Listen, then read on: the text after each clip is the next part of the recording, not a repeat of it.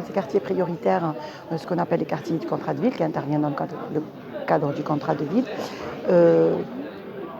je vois et je ressens énormément de porteurs de projets.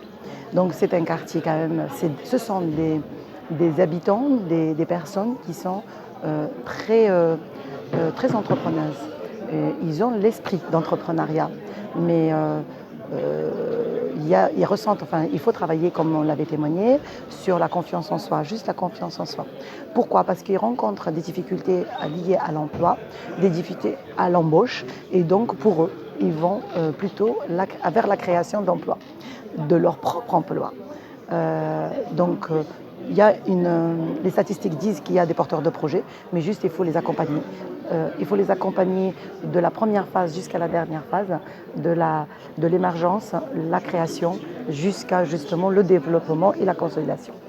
Créer son emploi, c'est toujours pareil, c'est d'avoir des revenus alimentaires, hein, et donc c'est de créer donc une activité avec un champ d'intervention bien spécifique, où on peut se contenter juste d'avoir des revenus mensuels sans penser à un développement, on ne parle pas de développement congloméral, mais un développement d'activité à échelle plus importante.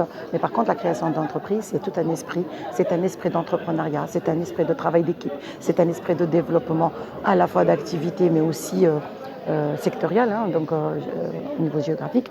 Donc je pense que c'est deux choses différentes. La finalité est peut-être la même, mais ce sont deux objectifs complètement différents. Sur mes territoires d'intervention, notamment dans le département de l'Aude et précisément dans la ville de Carcassonne, bien sûr, il y a des dispositifs qui existent. Il y a la chambre de commerce et d'industrie, il y a la chambre des métiers, il y a l'ADI, il y a le pôle emploi, il y a des associations à titre privé, des associations indépendantes, qui interviennent dans ce domaine d'accompagnement vers la création.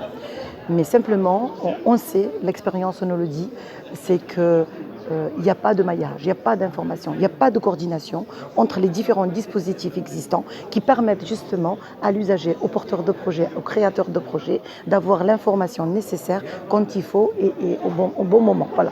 Donc je pense qu'il faudrait travailler sur ce maillage des différents dispositifs pour l'accompagnement, pour un accompagnement efficace, sans perte de temps aux créateurs d'entreprises. J'ai entendu tout à l'heure ce qui s'est dit en matière de témoignage de porteurs de projets et d'entrepreneuriat aujourd'hui. Les pépinières d'entreprise pourraient être un élément très important. Ou bien ce qu'il a appelé votre collègue tout à l'heure, le centre d'affaires des quartiers. Le centre d'affaires au sein des quartiers, je pense que c'est un dispositif qui permettrait justement à tous les intervenants dans ce domaine d'être au sein des quartiers sans que le porteur de projet des quartiers difficiles puisse se promener d'un dispositif à un autre à la recherche de la bonne information et de la bonne méthodologie.